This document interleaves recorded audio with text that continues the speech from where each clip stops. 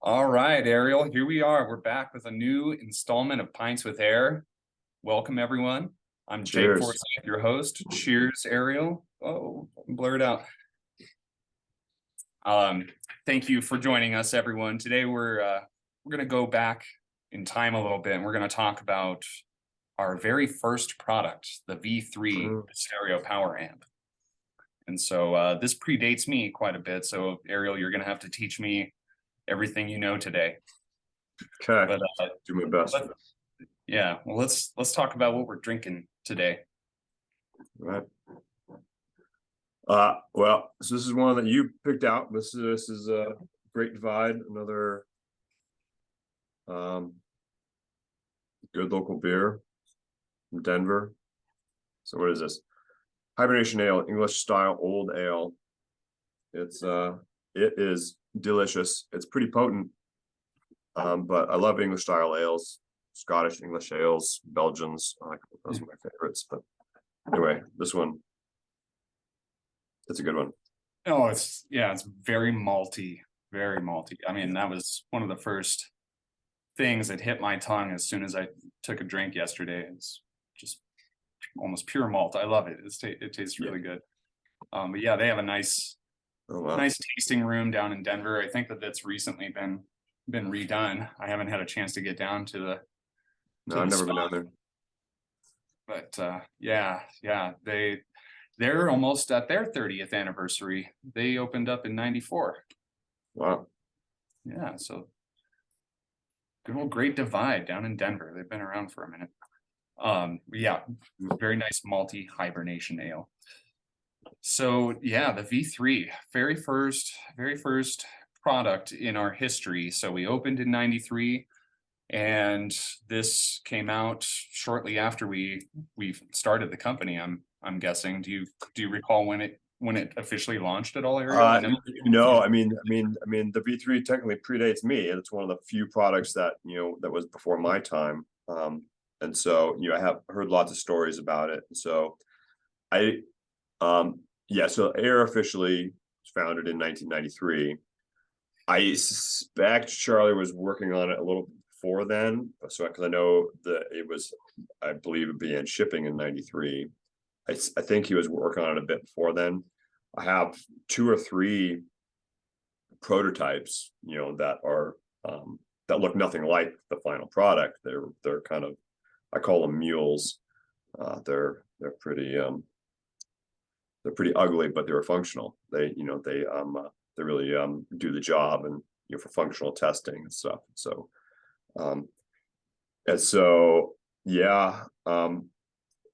because I know Charlie's been thinking about electronics for a long time. Even back in college, I have some schematics that he had worked on back in college. Even I don't think he ever actually built, but was probably the start of some of his thinking of some of the products that became products at Ayre.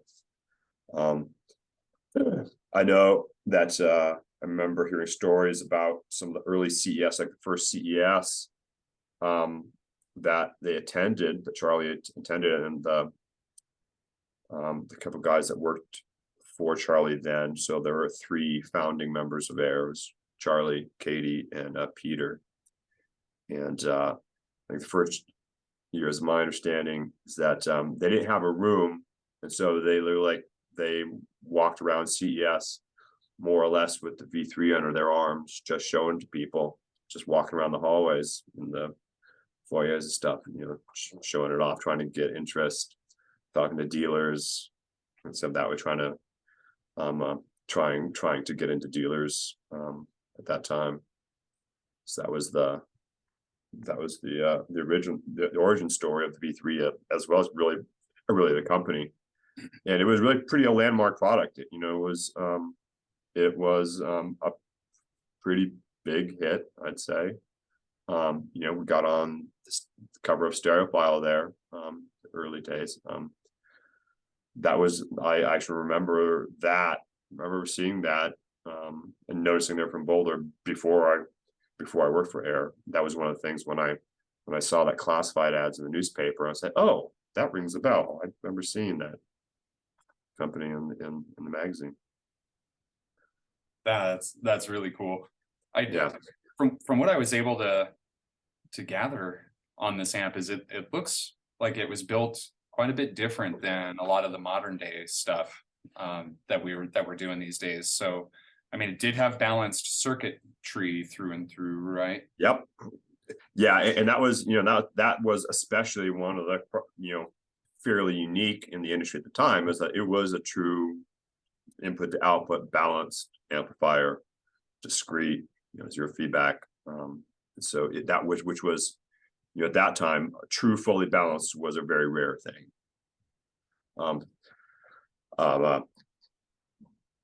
So that was a pretty big deal. So it was 100 watt into 8 ohms. I think it doubled down easily into 4. Used a big toroid, and the other big feature that featured in the first few products of ours, you see those. So the big toroid is the transformer, and then we have these chokes. So those were choke input power supply filtering, which again was not 100% unique, but fairly unique to get that sized and tuned right. I know Charlie spent quite a bit of time on that, and that's, you need quite a bit of extra headroom as far as your secondary voltages to be able to handle that. But it is a really special power supply design. It comes at a cost, both physical size and cost of those chokes, and so, but I think our first 4 or 5 products used choke input power supply filtering. Yeah, I was reading. Charlie kind of got inspired by some old patents, kind of like he did with our diamond circuit. It sounds like, to utilize those, and also we utilizing automotive grade capacitors. Is that do you have any knowledge of that? That doesn't ring a bell to me. No. Oh, okay. I didn't know that. Sorry. I think I read that in the Stereophile article, Okay. which is great read. I'm going to probably put the link to that in the description. So if anyone hasn't read through it, it's some really good reading. Yeah, so giant power supply, these big inductive chokes, balanced circuit, but it was a MOSFET output stage too, huh? So a little different than our current recipe in that regard as well. Yeah. Yeah, it had MOSFET output stage power amplifier. Also had MOSFET cascoding as far as the gain stage as well. So it was, JFET input, but then it was MOSFET active devices for the rest of the amplifier, which is a little different than what we do now. Most of our designs are primarily bipolar transistor based now, and we still use JFET inputs.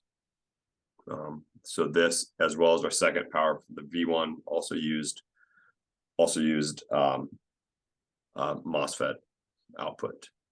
The V3 just used a kind of what I call a single pair. So a push-pull pair per phase, and so there's 4 output devices per channel. It used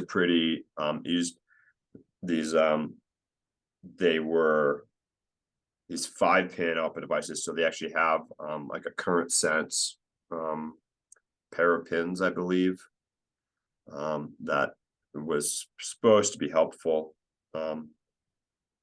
It's been so long, I don't remember all the details about it, but it's a very unique amp. I remember in the early days we would actually print the schematic inside the top cover, so you could actually open it up.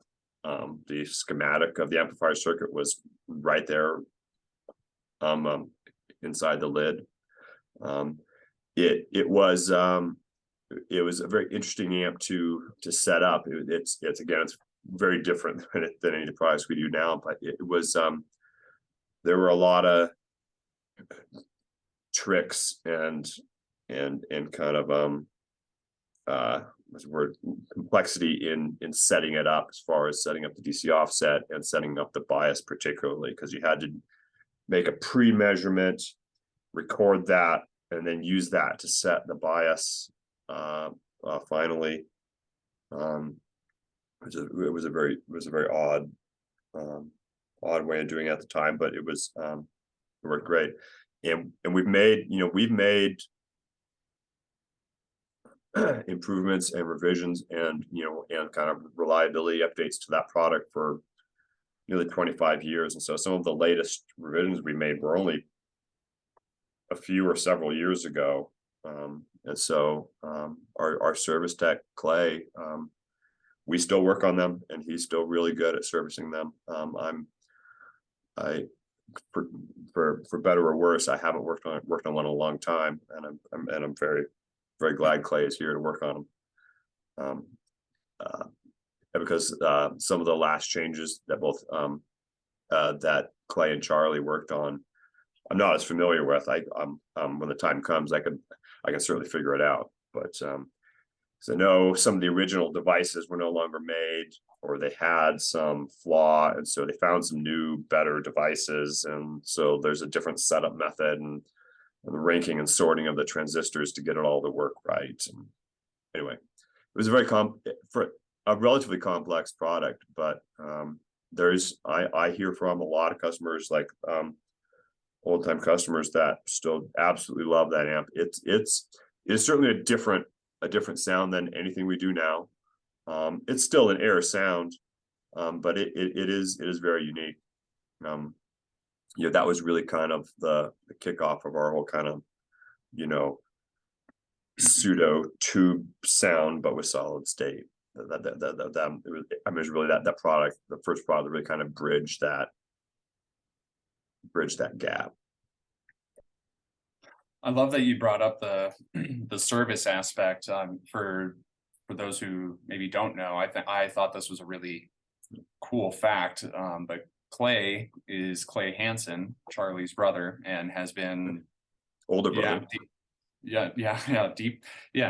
Deeply involved with the repair process for us for most of our legacy products through up until recent products too. I mean, and just this last year, I know we've had a couple of V3s from, like you mentioned, loyal customers that have had the V3 like since '93, and they just love it that much that they just want to keep it going or do a recap.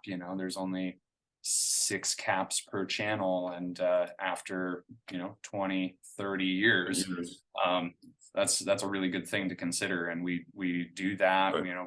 We offer recapping, we service every aspect of this product still, and I just think that that's really amazing and quite a great service for anyone who has been loyal and with the brand for a long time, or anyone who just wants to go back and pick up an old V3. Just know that we'll be able to support that.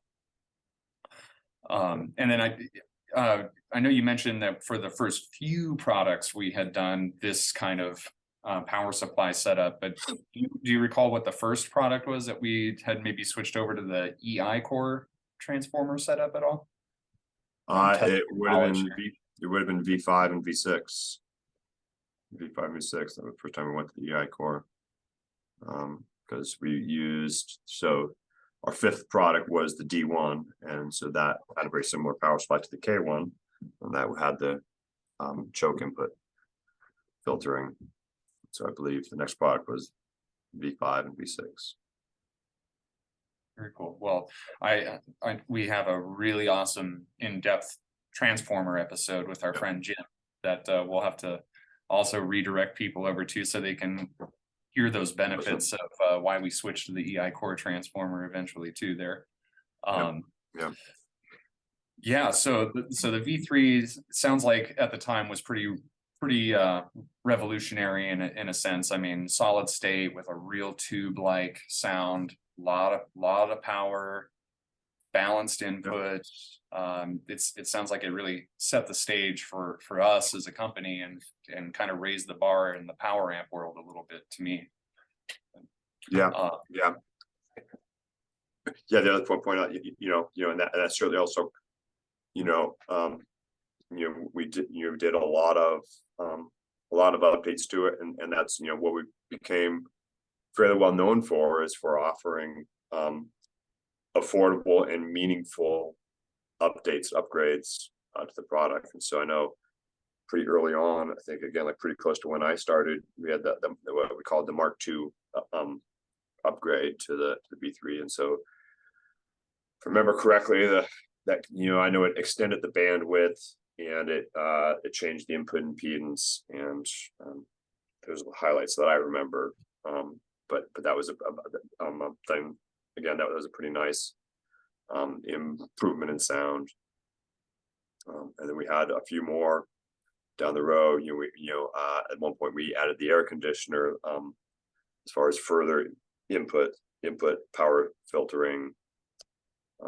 We had a few like more reliability updates, and we added some protection to the input. We had that one a season or two where we had a real spate of like lightning strikes and stuff, and so we had a lot of input stage failures from that. So we came up with a way to help protect the input stage from ESD and from lightning strikes, stuff like that.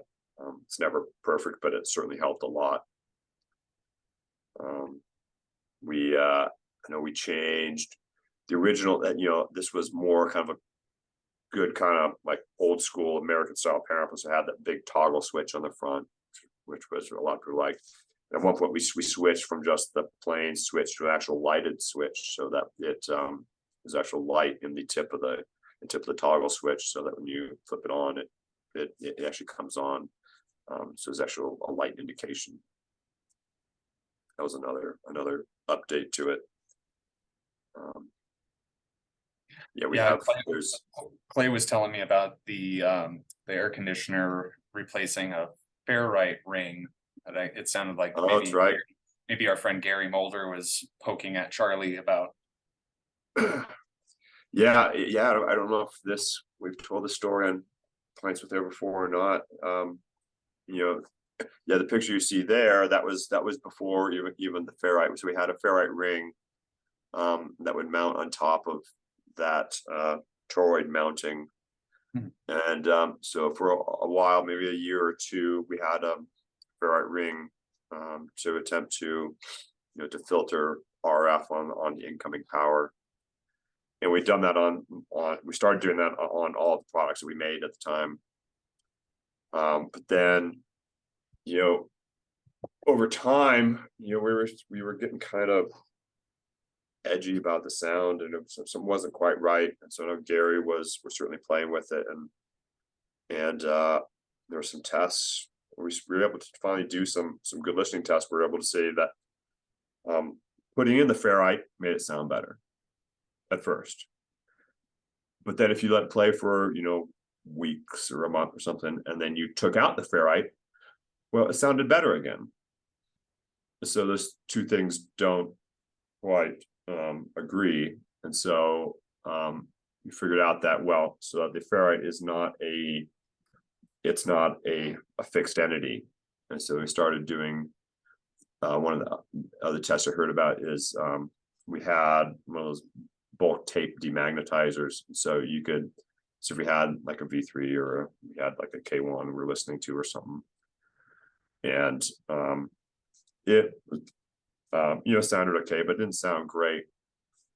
And we tape the demagnetizer and wave it over the ferrite to demagnetize it, and all of a sudden it radically changed the sound and instantly sounded much better.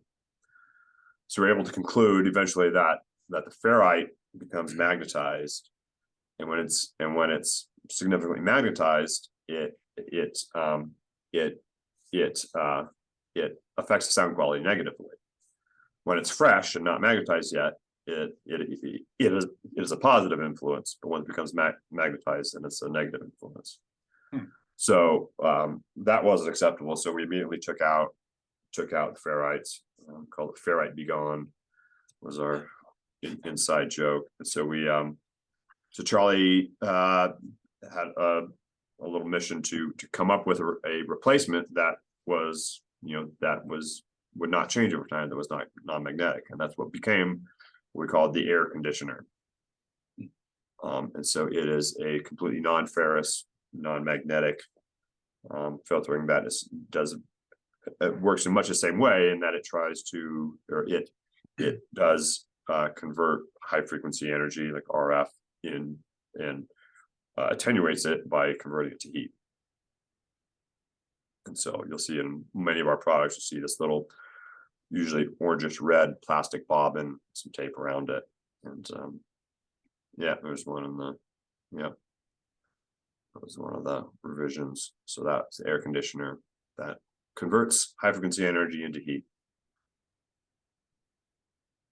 Yeah, and that's a core technology that we've adopted in a lot of our products. So that Yep. that can be found in all of our 5 series and R series products these days, right? Yep. That's true. Yeah, very, very cool, very cool. Well, is there any other fun stories or fun facts about the V3 that you can think of that I haven't heard yet Boy. that you want to share with us?